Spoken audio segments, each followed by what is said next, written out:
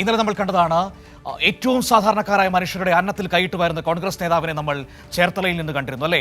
അതിദരിദ്രരുടെ ഭക്ഷ്യക്കൂപ്പൺ തട്ടിയ സംഭവത്തിൽ councillor സാജുവിനെതിരെ police പ്രാഥമിക അന്വേഷണം തുടങ്ങിയിരിക്കുന്നു എന്നാണ് ഇപ്പോൾ നമുക്കറിയാൻ കഴിയുന്നത്. സാജു തട്ടിയത് 1-2 മാസത്തെ ഭക്ഷ്യധാന്യങ്ങളല്ല കേട്ടോ, 44 മാസത്തെ ഭക്ഷ്യക്കൂപ്പൺ എന്നാണ് കണ്ടെത്തൽ. പരാതിക്കാരനായ ഗുണഭോക്താവിന്റെ മൊഴിയും എടുത്തിരിക്കുകയാണ് പോലീസ്. വിവരങ്ങളുമായി ഷാജഹാൻ ആലപ്പുഴയിൽ ചേരുകയാണ്. ഷാജി, ഏറ്റവും മോശപ്പെട്ട ഒരു സമീപനമാണ് കോൺഗ്രസിന്റെ ഭാഗത്ത് നിന്ന് നമുക്ക് കാണാൻ കഴിഞ്ഞത്. ഈ ദരിദ്രമുക്ത നേട്ടം എന്നതിനെ അവഹേളിക്കുന്ന കോൺഗ്രസ് നേതൃത്വവും ഈ പാവപ്പെട്ട മനുഷ്യന്റെ ഭക്ഷ്യക്കിറ്റിൽ കൈയിട്ട് വാരിയ നേതാവും തമ്മിൽ എന്താണ് വ്യത്യാസം? ഇപ്പോൾ പോലീസ് ഇയാൾക്കെതിരെ ശക്തമായ നിയമ നടപടികളുമായി മുന്നോട്ട് പോകുന്നു എന്നാണോ മനസ്സിലാക്കാൻ കഴിയുന്നത്? തീർച്ചയായിട്ടും. കാരണം ഈ കൗൺസിലർക്കെതിരെ വേറെയും വിജിലൻസ് അന്വേഷണം വേണമെന്നുള്ള ആവശ്യമാണ് ഇപ്പോൾ നഗരസഭയെ മുന്നോട്ട് വെച്ചിരിക്കുന്ന കാര്യം. ഇതൊരു സാധാരണ തട്ടിപ്പ് മാത്രമല്ല, വലിയ ഗുരുതരമായ ഒരു തട്ടിപ്പാണ്. സാധാരണക്കാരന്റെ ഒരു ഭക്ഷ്യക്കിറ്റാണ് ഇയാൾ സാജു എന്ന് പറയുന്ന കോൺഗ്രസ് നേതാവ് 25-ാം വാർഡ് കൗൺസിലർ തട്ടിയെടുത്തിരിക്കുന്നത്. ഇതോടൊപ്പം തന്നെ മറ്റ് പലരുടെയും പേരുകളിൽ ഇത്തരത്തിൽ ഭക്ഷ്യക്കിറ്റുകൾ തട്ടിയെടുത്തു എന്നുള്ള വാർത്തകളും പുറത്തു വരുന്നുണ്ട്.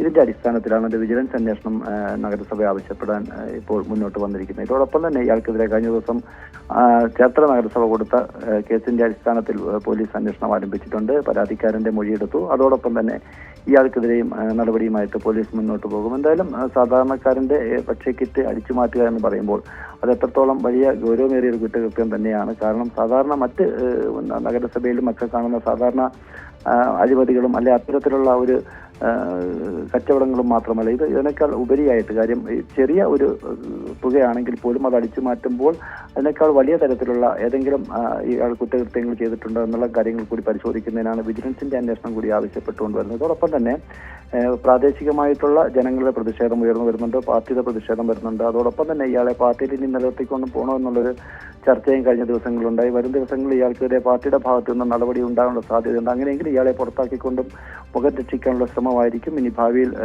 കോൺഗ്രസിന്റെ ഭാഗത്ത്. 1-2 മാസത്തെ അല്ല ഇയാൾ ആ ഭക്ഷ്യക്കൂപ്പൺ തട്ടിയെടുത്തത്, തുടർച്ചയായി ഏകദേശം 1.25 വർഷത്തോളം നീണ്ട ഭക്ഷ്യക്കൂപ്പണാണ് ഒരു ഏറ്റവും സാധാരണക്കാരായ മനുഷ്യനെ പറ്റിച്ച് ഇയാൾ തട്ടിയെടുത്തത്. എന്തൊരു മാനസികാവസ്ഥയാണ് ഈ കോൺഗ്രസ് നേതാവിൻ്റെത്? തീർച്ചയായിട്ടും മനു, അത് തന്നെയാണ് നമുക്കിതിൻ്റെ അകത്ത് പറയാനുള്ളത്. കാര്യം അത്രത്തോളം തീരെ കഷ്ടത അനുഭവിച്ച് അദ്ദേഹത്തിന് കുടുംബമൊക്കെ ഉണ്ടായിരുന്നു, ഭാര്യ ഉണ്ടായിരുന്നു. പക്ഷെ അവർ ഭാര്യ പിണങ്ങി പോകുന്ന ഒരു സാഹചര്യമുണ്ട്. അങ്ങനെ ഒറ്റയ്ക്ക് താമസിക്കുന്ന ഒരു വ്യക്തിയാണ്, സ്വന്തമായിട്ട് വീടില്ല. പക്ഷേ ഇപ്പോൾ നഗരസഭ ഇടപെട്ടുകൊണ്ട് അയാൾക്ക് 4 സെന്റ് സ്ഥലവും വീടും വെച്ച് നൽകുന്ന നടപടി തുടങ്ങിയിട്ടുണ്ട്. അങ്ങനെ വരുമ്പോൾ അയാൾക്ക് ഇനി പുതിയ വീട്ടിലേക്ക് മാറാൻ സാധിക്കും. അതോടൊപ്പം തന്നെ നഗരസഭയുടെ ഭക്ഷണ വിതരണമുണ്ട്. അങ്ങനെ സാന്ത്വനത്തിന്റെ ഭാഗമായിട്ടുള്ള ഭക്ഷണവും ഇയാൾക്ക് ലഭിക്കും. ഇയാളൊരു രോഗാവസ്ഥയിലൂടെ കടന്നു പോകുന്ന വ്യക്തിയാണ്. ഇയാളുടെ ഭക്ഷണ കിറ്റാണ് ഈ കോൺഗ്രസിന്റെ നേതാവ് അടിച്ചു മാറ്റിയിരിക്കുന്നത്.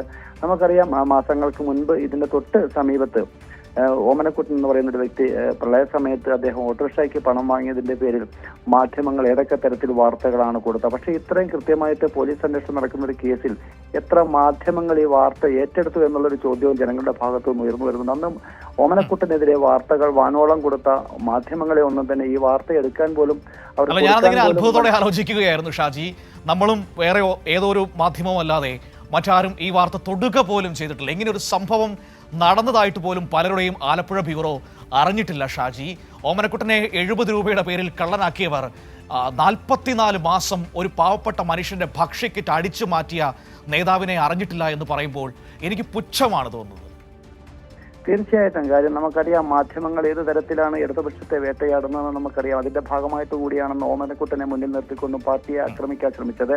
അതേ ചാനലുകളും അല്ലെങ്കിൽ അത്തരം മാധ്യമങ്ങളും ഒക്കെ തന്നെ ഇത്തരത്തിൽ നിഷ്പക്ഷ മാധ്യമങ്ങളെന്ന് അവകാശപ്പെടുന്നവർ പോലും ഇത്തരം കാര്യങ്ങളിൽ സ്പർശിക്കുക പോലും ചെയ്തില്ല എന്നുള്ളതാണ് നമുക്ക് കാണാൻ സാധിക്കുന്നത്. അത് തന്നെ ചേർത്തലയിലെ ജനങ്ങൾ എടുത്ത് ചോദിക്കുന്നുണ്ട്. കാര്യം മറ്റു മാധ്യമങ്ങൾക്ക് എവിടെ എന്തുകൊണ്ട് അവർ ഈ വാർത്ത കൊടുക്കുന്നില്ല എന്നുള്ളൊരു ചോദ്യമാണ് പലരും നമ്മോടും ചോദിക്കുന്നത്. ശരി ഷാജി. ഷാജഹാനാണ് ആലപ്പുഴയിൽ നിന്ന് വിവരങ്ങൾ നൽകിയത്. ഏതായാലും മറ്റു മാധ്യമങ്ങൾ ഇത് അറിഞ്ഞിട്ടില്ല, ചിലരൊഴിച്ച്. ഇനി അറിഞ്ഞിട്ട് മിണ്ടാതിരിക്കുകയാണെന്ന് നമുക്കറിയാം. ഏതായാലും അതൊക്കെ അവരുടെ ഇഷ്ടം, നമ്മളെ ബാധിക്കുന്ന വിഷയമല്ല. പക്ഷേ അതിൻ്റെ വസ്തുത ഇതാണ്. വിവരങ്ങളാണ് ഷാജി നൽകിയത്.